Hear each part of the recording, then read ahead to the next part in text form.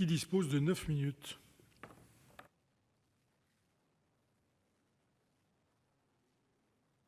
Merci beaucoup.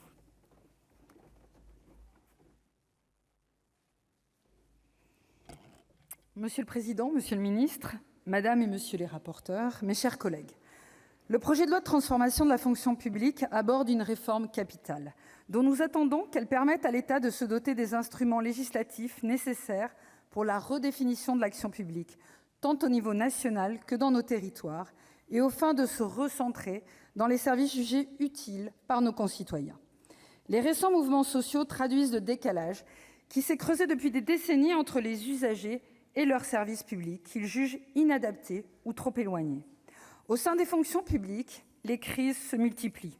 Crise de vocation dans les juridictions et les écoles, crise de l'épuisement dans les hôpitaux, les casernes, les prisons et les commissariats, crise de nerfs aux finances.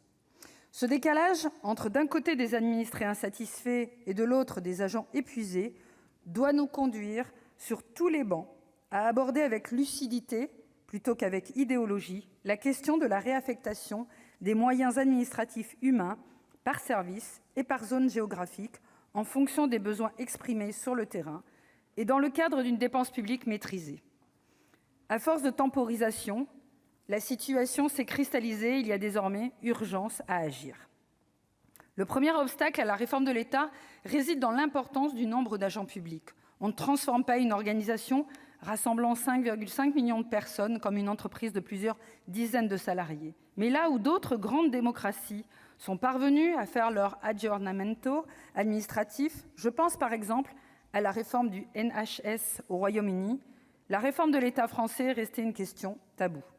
Ou tout du moins, elle a toujours été réduite à sa seule dimension quantitative, avec la fixation d'objectifs chiffrés de réduction de fonctionnaires et confinée aux discussions interministérielles sous le pilotage de la puissante Direction générale de l'administration et de la fonction publique dès la circulaire du 23 février 1989. On peut également considérer que certaines positions syndicales conservatrices ont eu leur part de responsabilité dans les difficultés d'adaptation des services, alors qu'il aurait fallu saluer et encourager l'ouverture de l'emploi public à des profils issus du privé ou le recours aux nouvelles technologies. Ces éléments ont été systématiquement perçus comme des attaques au statut. Ainsi, dans bien des administrations, la transition numérique s'est faite dos au mur ou en catimini avec la suppression des fonctions de secrétariat. Et les nouvelles générations de fonctionnaires en paient aujourd'hui le prix fort. C'est pourquoi nous soutenons l'approche du gouvernement que vous défendez aujourd'hui, monsieur le ministre, qui n'est pas celle du chiffre, mais celle de la subsidiarité. Plusieurs nouveaux outils que vous proposez devraient permettre le redéploiement d'agents publics là où ils seront utiles. Je pense aux instruments d'encouragement à la mobilité géographique et interfonctions publiques, à l'article 26 ou encore au détachement d'office qui devrait faciliter les externalisations et permettre aux décideurs publics de tester différentes formes de gestion d'un service public. Vous vous attaquez également à la crise des vocations en offrant aux fonctionnaires en souffrance une voie facilitée de reconversion professionnelle hors du secteur public, par la consécration d'une forme de rupture conventionnelle d'une part, et par l'ouverture du recours à la forme contractuelle entre les employeurs publics et les agents. Il s'agit d'une adaptation intelligente aux aspirations de mobilité professionnelle des enfants du numérique, comme les nommait le philosophe Michel Serres il y a peu encore. Cependant, nous y mettons plusieurs conditions.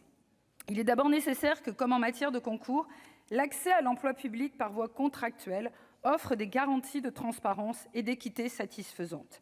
Il n'est pas question pour nous de passer à un spoil system, mais à un système de recrutement hybride destiné à permettre le recrutement de profils plus variés pour enrichir l'action publique. L'apport de ces agents contractuels doit être mieux valorisé afin qu'ils ne soient pas traités comme de simples variables d'ajustement, moins rémunérés et moins protégés que les agents statutaires. C'est le sens de plusieurs de nos amendements relatifs aux contrats de projet, à la requalification en CDI ou encore à la reconnaissance de leur expérience au moment de leur recrutement ou par la suite lorsqu'ils se décident à passer des concours.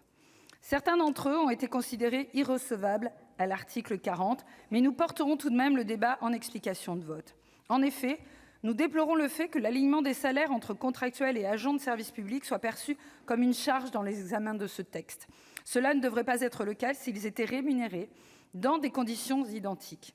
On est donc loin d'un développement de la contractualisation dans les conditions égales entre fonctionnaires et contractuels.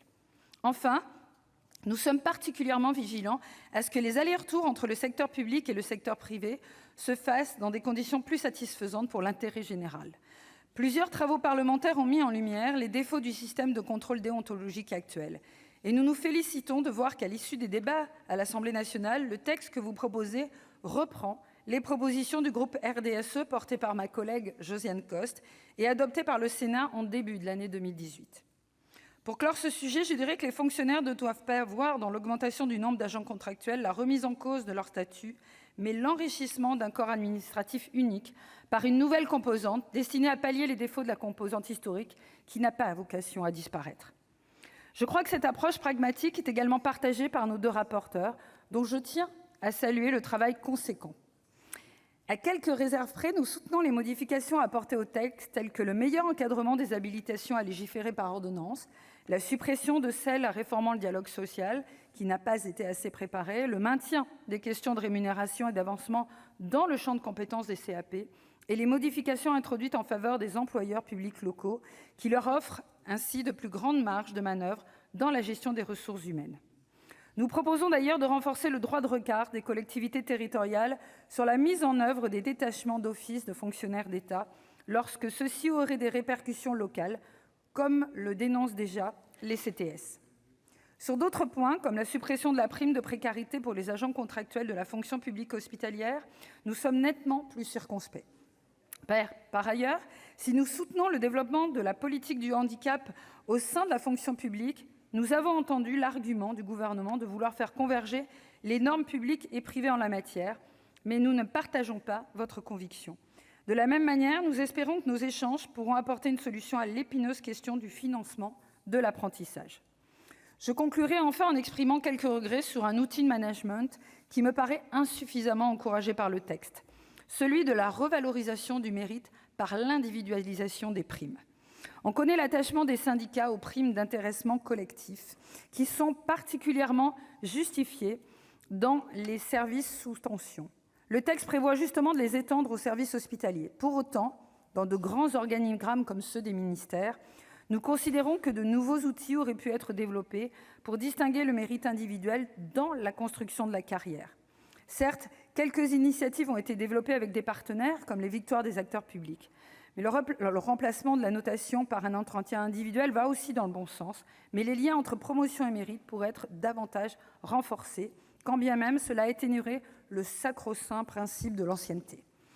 On touche là malheureusement aux limites du domaine législatif, mais le groupe RDSE soutiendra toute initiative réglementaire en ce sens. Au regard de tous ces éléments, Monsieur le Ministre, le groupe RDSE aborde l'examen de ce projet de loi avec bienveillance. Je vous remercie.